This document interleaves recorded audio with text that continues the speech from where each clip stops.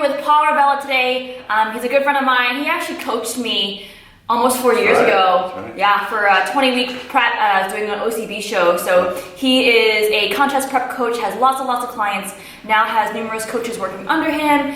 He's the owner of Pro Physique and got a very prolific YouTube channel. And today I wanted to bring him on board to talk about when the scientific research sometimes does not always translate correctly into the real world. So we always get a lot of research saying, oh, recommending this and that for the best training and nutrition strategies. And sometimes, especially with someone who has a lot of practical experience working with real people every day, they can look at that and say, that doesn't work in real life and here's why. So I wanted to talk about when that disconnect happens, because it does happen every now and then. So Paul, what are some things that you have experienced with that? Yeah, I think we tend to get really excited when some new information comes out, some new research that kind of thinks like, oh, this is a faster way to lose body fat, this is a more efficient way to approach your training, this is how you can get stronger quicker. But what tends to happen is we get really excited and we get so focused on the one thing that we're doing that we're not actually paying attention to the big picture. My perfect example of this would be high intensity interval training or high intensity interval cardio. This became very trendy about 10 years ago because a bunch of research came out that said if you run sprints a couple times versus doing steady state cardio, you burn more body fat or more calories in less time because of something called EPOC, the excess post-exercise oxygen consumption. And everyone got real jazzed about this, so we all started doing HIIT cardio 2 or 3 days a week. Now, fast forward 10 years, I don't like HIIT cardio for my competitors, and here's why. Because when you do a high intensity interval session of cardio, what happens is the rest of the day, you're exhausted. So what I found was I was just replacing my NEAT for HIIT cardio. And what is NEAT? NEAT is non-exercise activity thermogenesis. So basically all your movements, and see us doing our hands like this, when you do a lot of HIIT cardio and you get low body fat, you tend to start to conserve energy, right? Like you remember being deep in prep.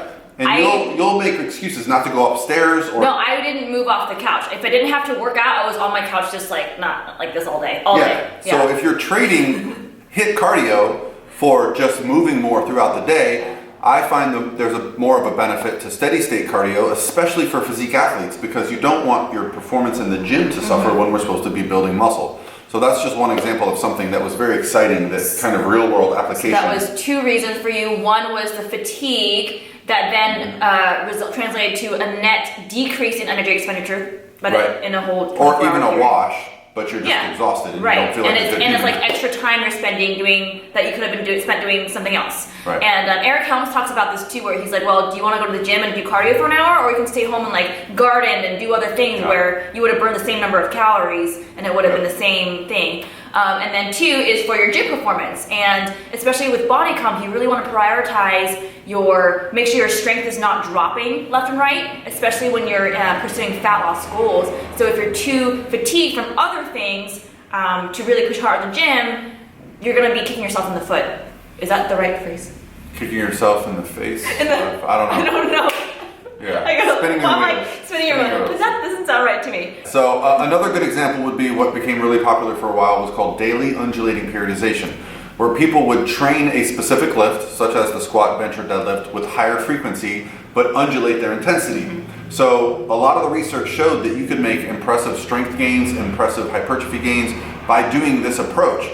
But in the real world, what we tended to find out was those people who were not super efficient at a squat, a bench, or a deadlift, and then started doing it at a high frequency, we started seeing injuries. We started seeing nagging injuries, soft tissue, because it's not just about your muscles, it's about your entire body. Your CNS has to recover, soft tissue like joints and ligaments need to recover, and so people just started foam rolling the crap out of their bodies, and that led to more injuries because they were training through pain instead of listening to their bodies and pulling back a little bit. So that's just another example of getting really excited about some research that we see.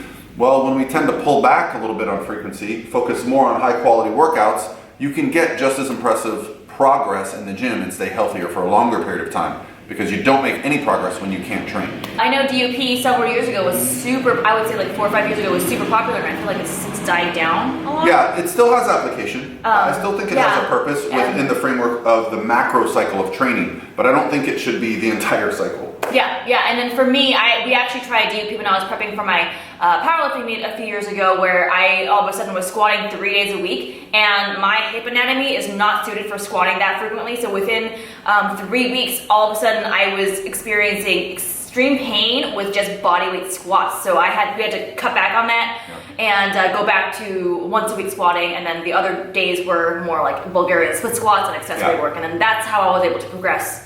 So I was not able to do DUP for the squat. Yeah, I found very few people can actually handle the rigors of squatting and deadlifting multiple days per week successfully for long periods of time. Right. You have to be extremely efficient. It's freaking hard. I mean, it beats you up so bad. Like, I have really poor recovery, so a hard deadlift set, it might take me 2 weeks to feel back to normal after that. So you gotta think about that as well. Do you have any experience with diet breaks? Yes. Yeah. So I have some thoughts too. Yeah. So I'll give you my thoughts. I think I was one of the early adopter of the diet break. It's been a couple of years. I'm friends with Eric Helms, and he's a coach that I look up to. And so the information that I got from Eric, I started applying it to my athletes with amazing success, like remarkable. Especially when you work with a population of athletes like I do, like competitors.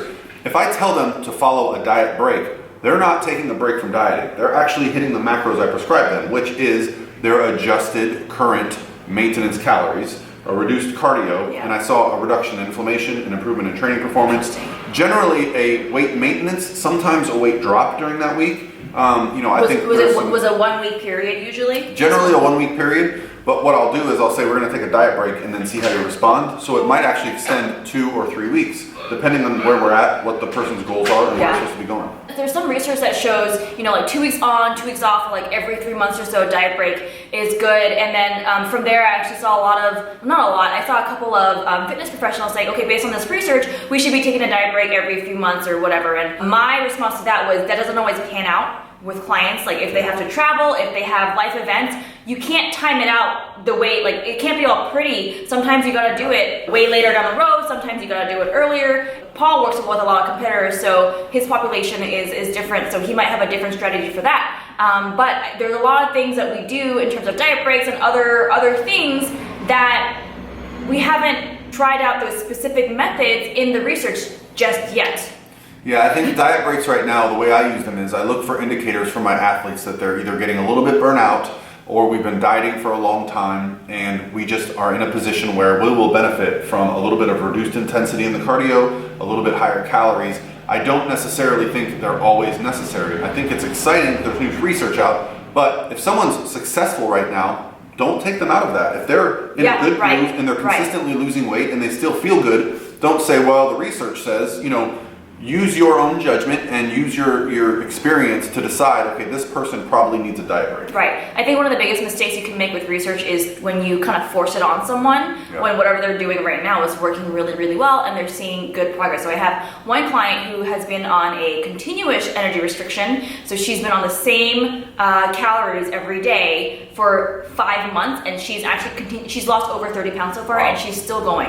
And just recently, I just switched her to 5 days lower and then 2 higher days on the weekends, but only recently. And the reason for that was more for a lifestyle adherence standpoint, to where she mentioned over the weekend she's more social, she kind of wishes she had more flexibility. I'm like, okay, no problem, I'll switch you over. But that's what it took. It took 5 months. And even over the holidays, I go, hey, are you feeling good? Are you starting, do you want some extra flexibility? You want to take a diet break? She's like, no, I feel great, I want to keep going. So we dieted through the holidays. That's what she wanted. I wouldn't have been doing her a service by forcing her to take a diet break when she was still feeling good. Yeah, I think that's one of the things I've learned most through coaching athletes over the years, is that you really got to pay attention to what they're telling you. Yeah. If they're telling you, hey coach, I think I've stalled and I want to push harder, I use that as a cue to go, okay, even though I think they're still progressing okay and we might see a drop soon, if their brain is set on, I would like to make some changes, I'm all for that. Yeah. So paying attention to the feedback that you're getting from the individual is very important. Part of your job as a coach is to get the buy-in and build that trust with your client. I know there's research with weight loss, rate of weight loss, for example, that shows that people with higher body fat can afford to and actually should have a little bit more aggressive weight loss, especially in the beginning, because what that's going to do is when you see more of that visual progress, you're going to feel more encouraged, so you're more likely to keep going. Doing strategies that'll help them, make them feel more motivated, build confidence, and encourage them to continue the process, especially when things get frustrating, can be super, super important. And then they'll in turn trust you more as a coach, and then maybe later down the road, they'll be more willing to do, whatever it is that you want them to do. Absolutely. Yeah. I think, from your perspective, the psychology of the athlete is just as important, if not more important, than the physiology. You have to match them up. One thing that Brad Schoenfeld talks about is how the research is very helpful, obviously, and we should always be trying to advance the science, but you want to use research as a guideline. It's not set in stone. They're not a hard and fast rule, but having the practical experience is still super important. So you can use the recommendations from research to change your own methods a little bit, or maybe even not.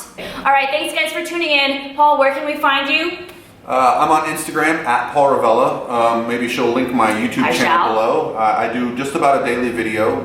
And then from there, prophysique.com is my business. And if you're at any of the major expos, national shows, I'll be around. Yeah, he goes to a lot of events, a lot of bodybuilding competitions, so you may have seen him walking around. He's a big, tall guy. 6'3", so you can't miss him. And I got a mean look on my face sometimes. That's just the look. I'm a nice guy, so come say hi.